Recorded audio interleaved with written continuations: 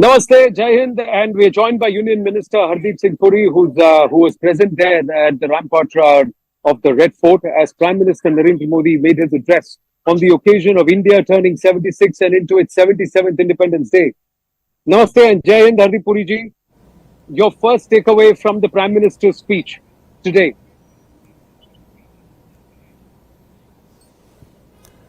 First of all, I convey my heartiest greetings to you, Anandji, on Independence Day, and through you to your viewers. Let me say that I've had the privilege of being present at the Red Fort, not only on the occasions that I've been part of the Council of Ministers, but earlier as a civil servant, even earlier as a private citizen, when I was a student in school. I have attended many such. But today's speech stands out for a variety of reasons. First of all, I have seldom come across such an inspirational recalling of our history, the challenges we faced, Gulami, the mistakes some of us made, and entire generations paid the price for those mistakes, and the confidence with which we are dealing with ourselves and dealing with issues which will determine our destiny for the next 1,000 years.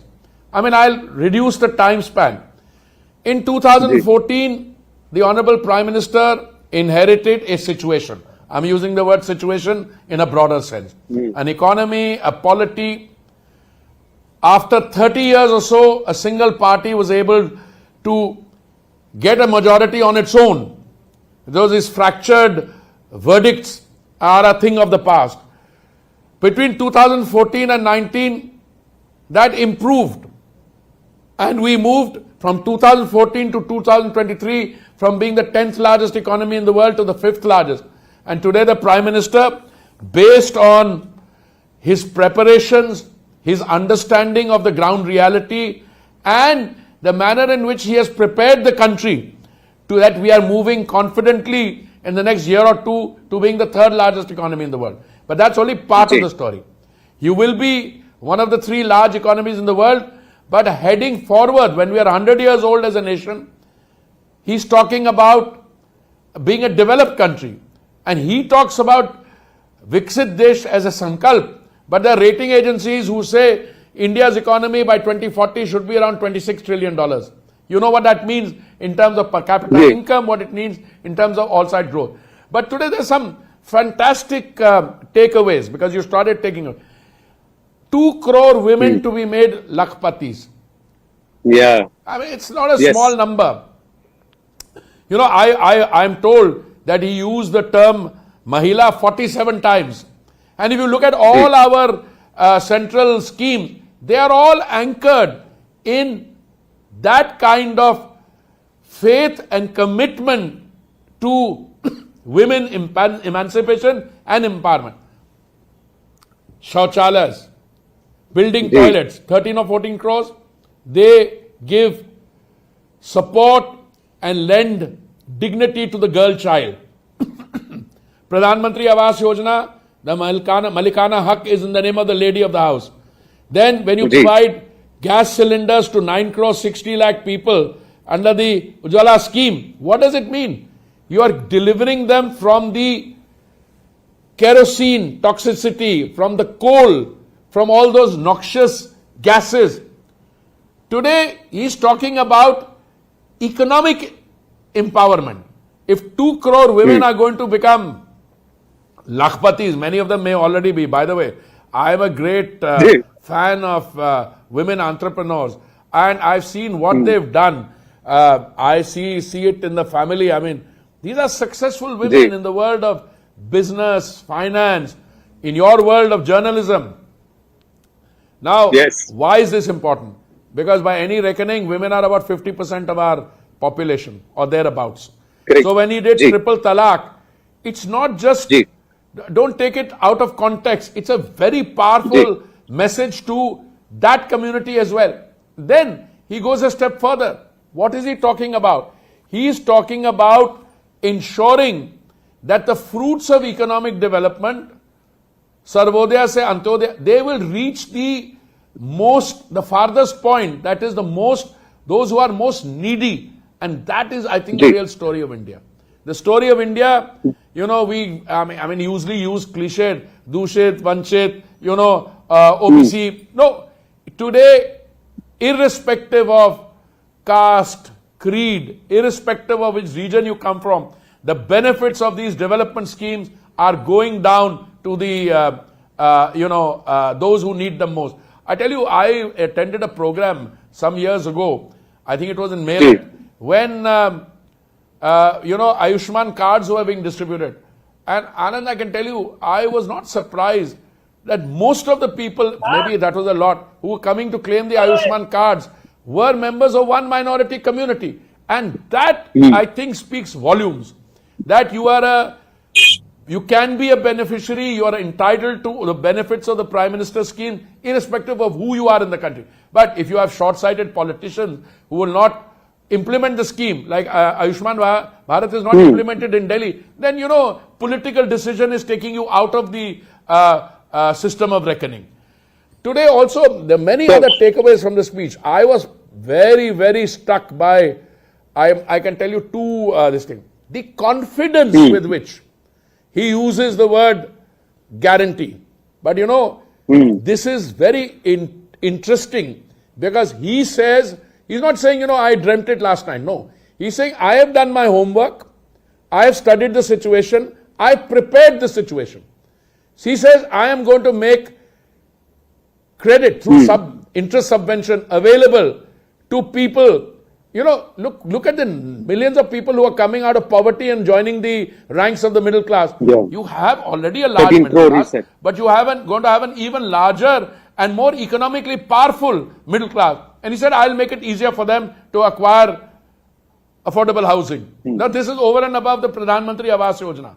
I used to have in our Pradhan Mantri Awas Yojana, something called CLSS, Credit Linked Subsidy Scheme. Today, what the Prime Minister announced, we'll flesh it out. So, whenever the Prime Minister says something, he's done his homework. 2 years ago, he talked about green hydrogen. It was followed quickly by a cabinet decision on the PLI scheme being applicable to electrolyzer manufacturers, another cabinet decision on the distribution of work between ministries, how it will affect the steel sector, the refinery. So the Prime Minister, when he uses words like guarantee, it shows he has done his full homework, he's been fully briefed, and he says, okay, here is the political direction for us to implement this now. And so far, whatever he has said, he has demonstrated.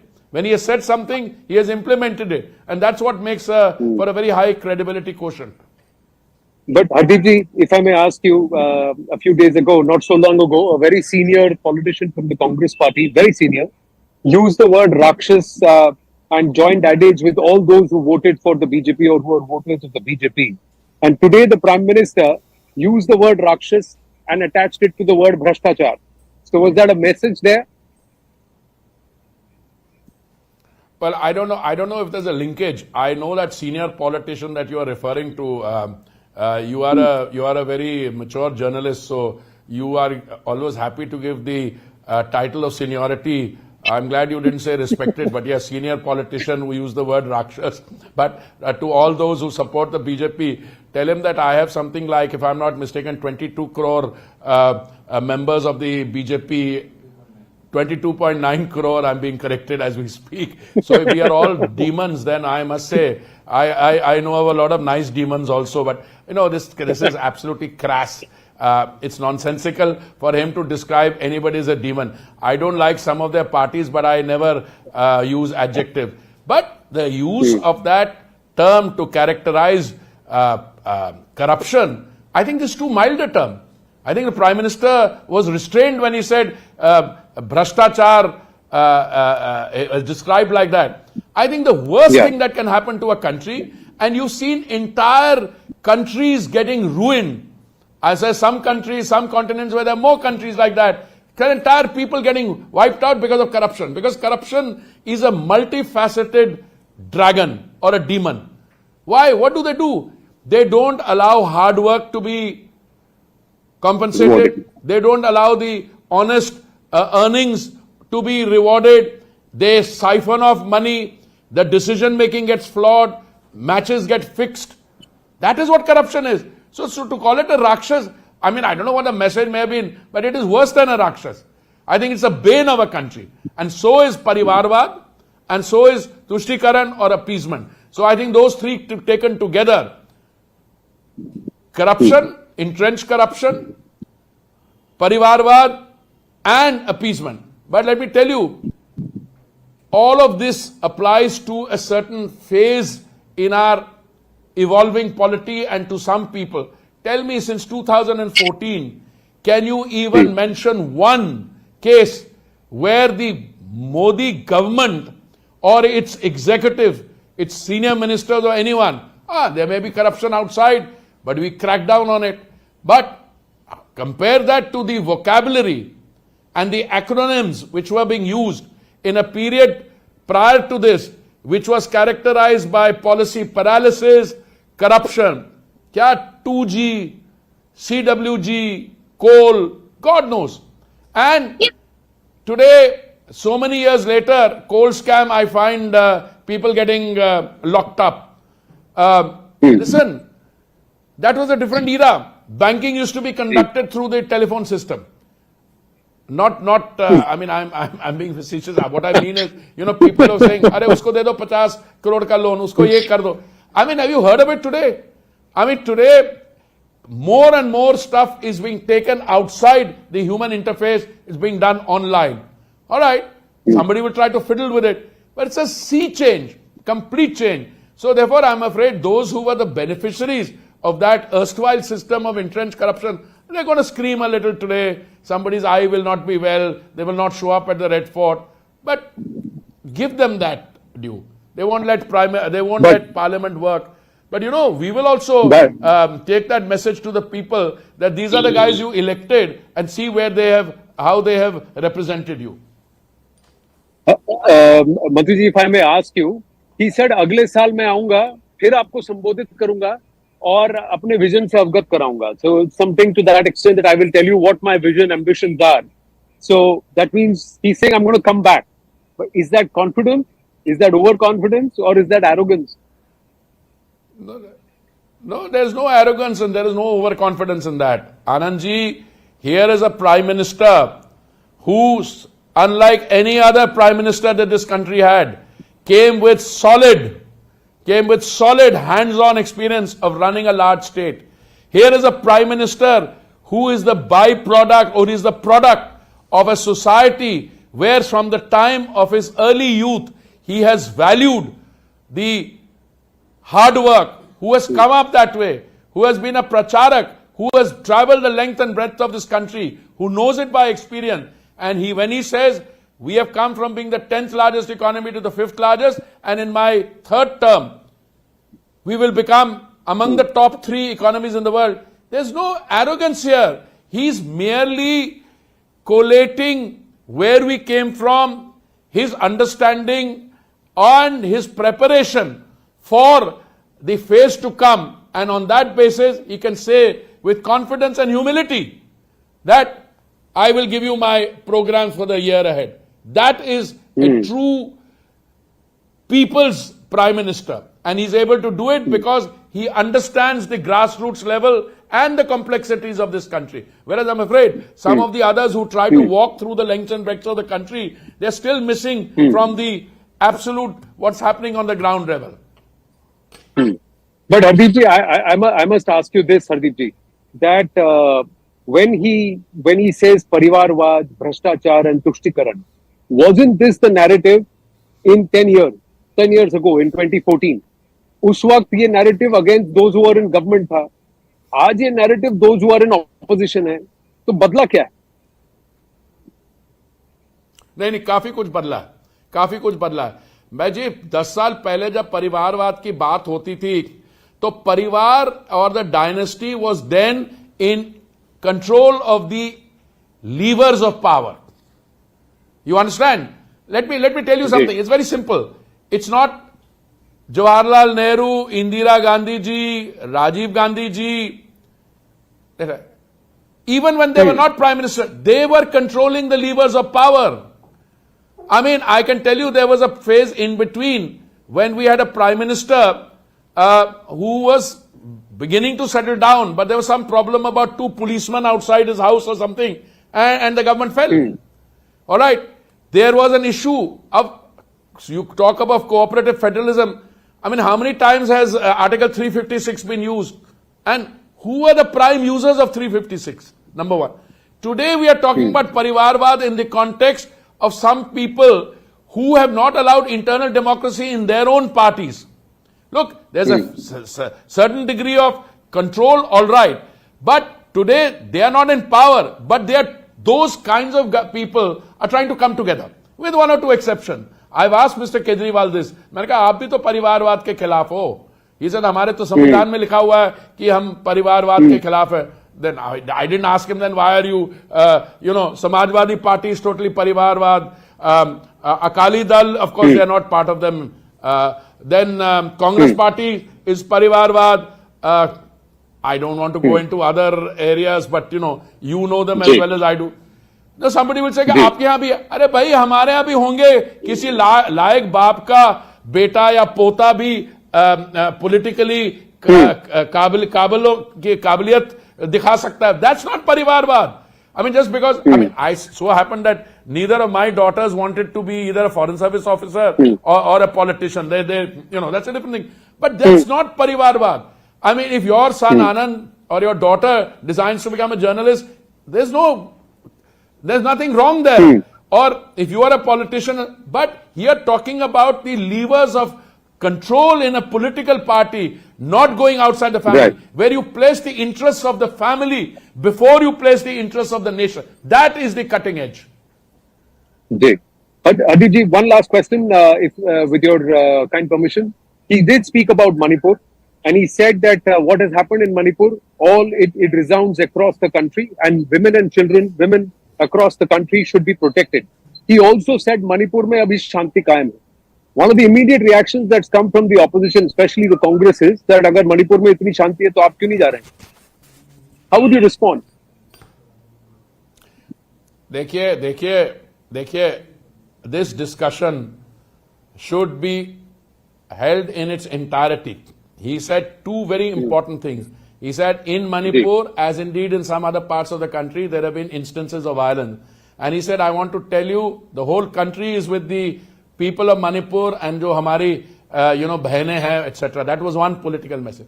Secondly, he also said that necessary actions which have taken. Look, the opposition has run away from a discussion on Manipur. The Honorable Home Minister offered on the first day of the last session of the Parliament that he was ready to engage. They kept into this, हमें इसमें चाहिए, हमें उसमें चाहिए, हमें ये नहीं चाहिए, प्रधानमंत्री को आना चाहिए. By Home Minister spent 3 days in Manipur. His Minister of State, I think Nityanand Rai ji, spent 23 days in Manipur. Home Minister has done, but ye kya kare? They don't want a discussion of Manipur in Parliament. What they want to do is go and do political tourism there. Jai kuch logon se mile, hello karke, etc. Come and give a statement. People didn't take them seriously. Look, Manipur is a complicated problem. It has a legacy. There was a time when a Congress government led by Mrs. Gandhi subjected the people of Manipur to aerial action. There is an ethnic issue there. There is a issue of infiltration there, of infiltration of people and arms there. There are drug-related issues there. And there was something which the courts did. So, we are ready for a discussion. And I think the Honorable Home Minister said so, and he gave a beautiful reply. So did the Prime Minister. But they don't want to engage. When the Prime Minister is talking about Manipur, they will not be present in the House. And then let's say, too little, too late. These are delinquent undergraduate students. Engage in a debate, you might learn something. And we might also be able to tell you how this is actually a creation of your acts of omission and commission for the time that you were in power. Point well made, Hardeep Puri ji. Thank you very much for speaking with us. Always a pleasure speaking with you. Happy Independence Day. Jai Hind, Jai Bharat.